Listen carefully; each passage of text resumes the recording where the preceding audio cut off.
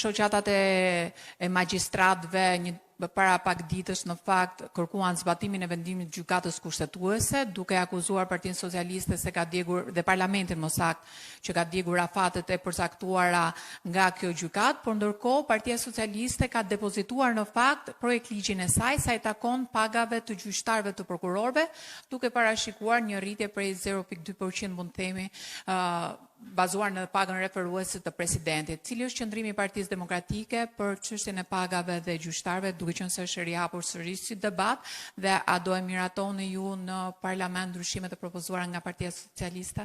Qëndrimi i Partisë Demokratike është shumë i qartë. Zbatimi i vendimit gjykatës kushtetuese kusht themelor për funksionimin e shtetit ligjor.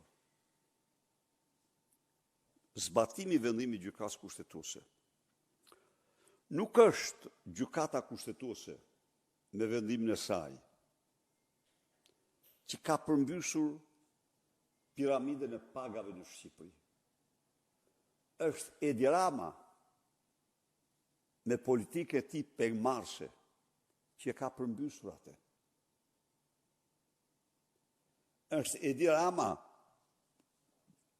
që përcaktoi rroga për prokurorët e skapit më të larta se për anëtarët e gjykatave kushtetuese dhe kryetarët e gjykatave kushtetuese të gjithë rajonit. Nuk bëj kurrë ajo.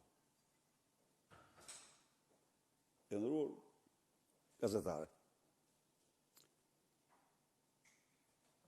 Nga viti 2006 në 2013 kanë funksionuar dy njësi prokurorie. Task Force kundër korrupsionit dhe ka funksionuar prokuroria krimeve të rënda. Për krime serioze, krime të rënda.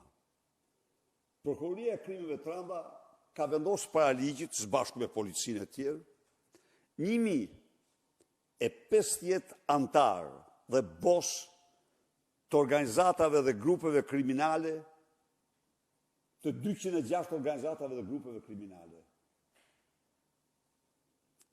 Mandatarrestet e tyre janë ekzekutuar në 85% të rasteve.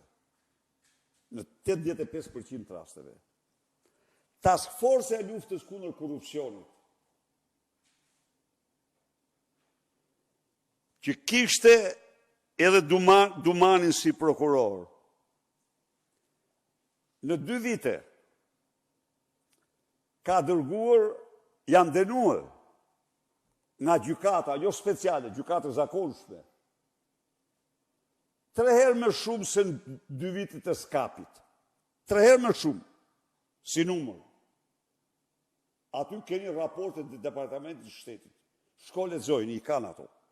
Dënimet e akuzat dhe të gjitha. Pse? A kishte gjë? Ajo task force përbëhej nga prokuror, përbëhej nga agent policisë kriminale, OPQ, përbëhej nga punojës të shërbimit informativ kombëtar, përbëhej nga juristë të doganave dhe tatimeve. Pra, edhe po donte dikush t'i fushte në xhep, nuk i fushte dot. Prandaj esin dosjet. Kishte një dallim. Dallimi ishte se me imunitarët nuk merreshin këto dy. Me imunitarët merrej prokuroria e përgjithshme. Ajo çka mund të them, çdo kërkesë nga prokuroria e përgjithshme për heqje imuniteti për zëvendës kryeministër, ish kryetarin e partisë, ministra, është zbatuar pa asnjë koment. Kjo ka qenë. Tani, fjalën e kishe për prokurorinë e përgjithshme? Po, ky institucion e vërteta e kanë zhvesh në tërësi nga çdo funksion. nuk mund të them. Po, a është i paralizuar, plotësisht. Unë e vura re në rast në Irena Gjoks.